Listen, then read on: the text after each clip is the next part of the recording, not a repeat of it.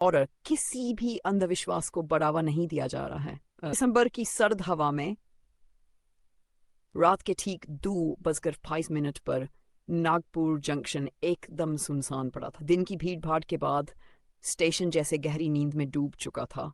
Platform number 7, एक पुरानी steel की बेंच पर सिर्फ कियान बैठा था, अकेला। कियान धीमी थकाऊ डाउन एक्सप्रेस आ जाए, फिर सब ठीक। वह अपनी जैकेट कसकर लपेट लेता है। ऊपर लगी पीली ट्यूबलाइट तेजी से झिलमिलाती है।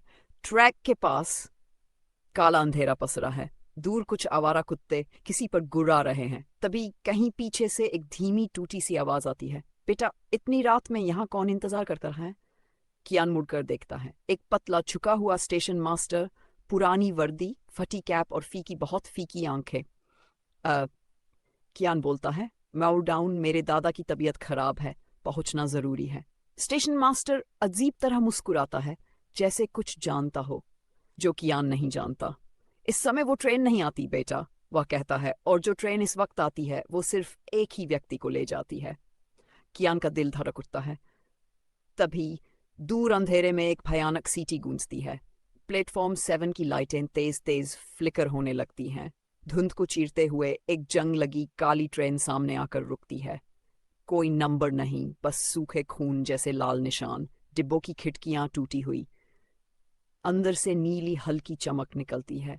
स्टेशन मास्टर फुसफुसाता है, लो तुम्हारी ट्रेन, और फिर वह पीछे हटते हटते धुंध में गायब हो जाता है।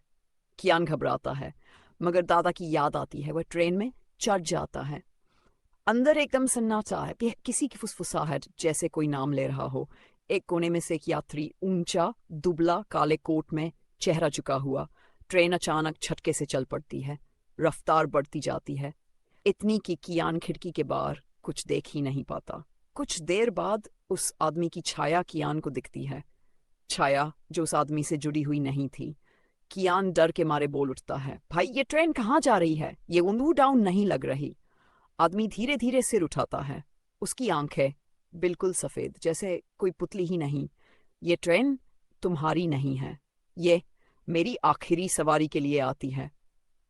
कियान कांप जाता है। मेरा नाम आर्यन था, उसकी आवाज भूत जैसी गूंजती है। मैं भी इस ट्रेन का इंतजार किया करता था, पर 10 साल पहले इसी पटरी पर कुचल गया। उसका चेहरा धीरे धीरे विकृत होने लगता है। गर्दन आधी मुड़ी, गाल फटा, पीछे का सिर धंसा हुआ। कियान चीखता हुआ ड्राइवर की तरफ भागता है, मगर वहां कोई नहीं। इंजन खुद चल रहा था, गियर अपने आप बदल रहे थे। ट्रेन हवा में उछलती सी भाग रही थी। पीछे आर्यन की परछाई कियान की तरफ बर्फ पड़ती है। तुमने मेरा नाम सुना है, यही गलती थी। अब तुम्हें मेरी जगह लेनी होगी। कियान कांपता है, नहीं, मैं मरा नहीं हूं। आर्यन हंसता है, अनक खोखली हंसी। लाइटें बुझ जाती हैं। अंधेरा, फुसफुसाहटें, चीखें, कराहने की आवाजें। अचानक रोशनी वापस आती है। आर्यन सामने खड़ा है, हाथ बढ़ाए। एक ही रास्ता है, कियान, मुझे मुक्त कर दो, इस ट्रेन का नया रक्षक बन जाओ।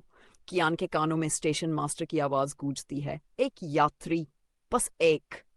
ट्रेन एक अंधेरी सुरंग में घुस रही है। कियांपते हुए बोलता है, ठीक है, मैं तुम्हें मुक्त करता हूँ। जैसे ही वह कहते हैं, धड़ाम से रुकती है। शांत, ठंडी हवा, धुंध। आर्यन का चेहरा शांत हो जाता है। काला कोट उड़ता है और वह धूल बनकर हवा में बिखर जाता है। अपनी आंखें खोलता है। वह प्लेटफॉर्म 7 पर खड़ा है, पर अब उसके कपड़े बदल चुके हैं। वह अब वही पुरानी वर्दी वाला स्टेशन मास्टर बन चुका है। काली ट्रेन धुंध में गायब हो रही है, और तभी एक नई सीटी गूंजती है। एक नया यात्री प्लेटफॉर्म 7 की ओर बढ़ रहा है।